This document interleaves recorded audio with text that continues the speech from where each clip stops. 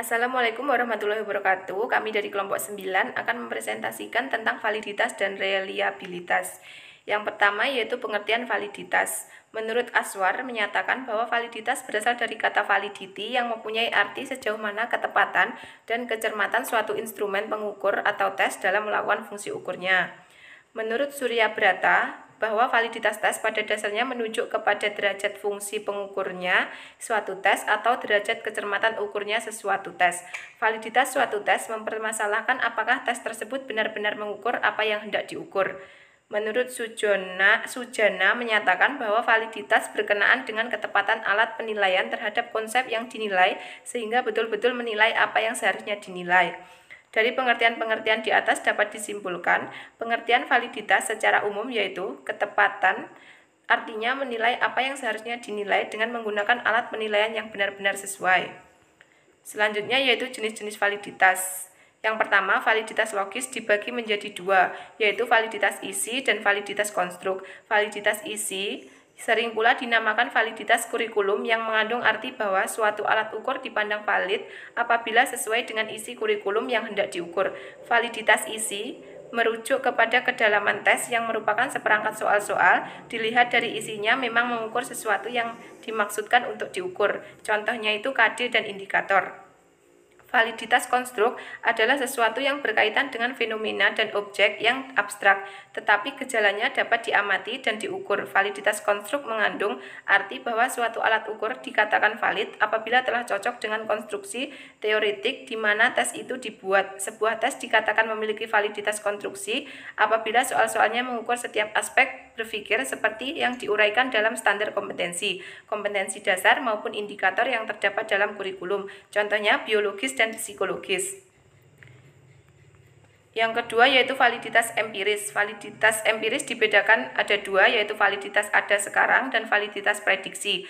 Validitas ada sekarang yaitu membandingkan atau memasangkan hasil tes dengan hasil pengalaman. Contohnya membandingkan hasil tes hari ini dengan hasil yang terakhir. Contohnya tes ulangan akhir semester dibandingkan skornya. Validitas prediksi yaitu berupa ramalan atau kemampuan untuk meramalkan apa yang akan datang. Alat tes disesuaikan dengan apa yang akan datang, misalnya masuk perguruan tinggi. Yang ketiga yaitu validitas alat ukur, korelasi produk momen dengan simpangan. Rumusnya RXY sama dengan sigma XY per sigma X2 sigma Y2.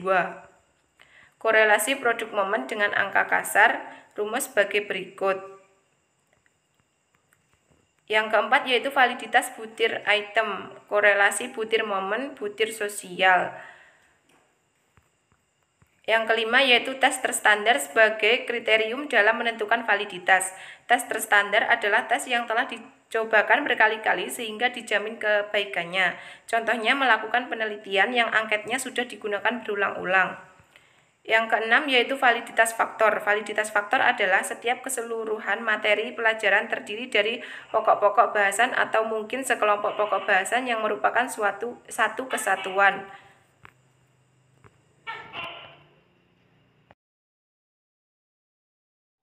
Assalamualaikum warahmatullahi wabarakatuh. Di sini saya Kusnul Lutfiatun akan melanjutkan materi yang selanjutnya. Yang pertama, saya akan menjelaskan mengenai pengertian reliabilitas.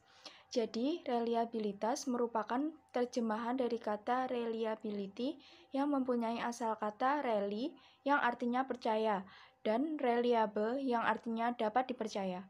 Keterpercayaan ini berhubungan dengan ketepatan dan konsistensi.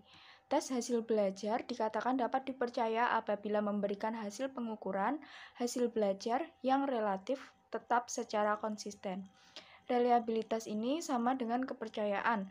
Ringkasnya yaitu apabila suatu tes diulang, maka skor siswa secara kasar adalah relatif sama dengan hasil yang mereka peroleh pada saat pertama menempuh tes tersebut. Selanjutnya yaitu jenis-jenis reliabilitas. Yang pertama, reliabilitas dengan tes retest.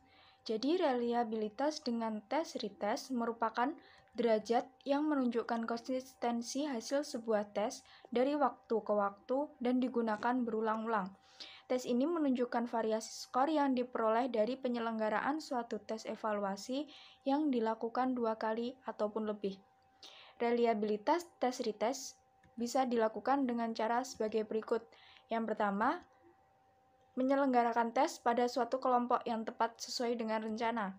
Yang kedua, setelah selang waktu tertentu, misalnya 1 atau 2 minggu, lakukan kembali tes yang sama dengan kelompok yang sama tersebut. Dan yang ketiga, korelasikan hasil kedua tes tersebut. Selanjutnya yang kedua yaitu reliabilitas dengan ekuivalensi.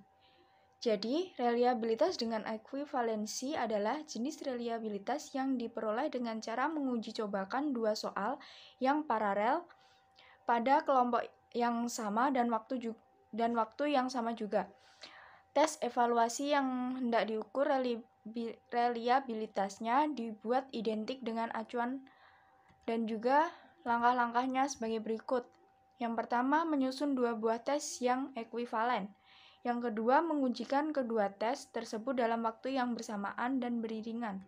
Dan yang ketiga, memberikan skor hasil tes yang telah diujikan, disusun dengan memisahkan antara tes A dengan tes B.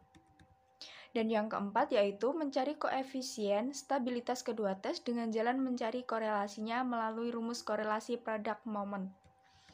Selanjutnya yang ketiga yaitu reliabilitas dengan bentuk belah dua atau split half method. Dilakukan dengan cara membagi tes menjadi dua bagian yang relatif sama, yaitu banyaknya soal. Sehingga masing-masing tes mempunyai dua macam skor, yaitu skor belahan pertama. Skor belahan pertama ini atau bisa disebut awal, yaitu soal nomor ganjil, dan skor belahan dua atau akhir, atau juga soal nomor genap.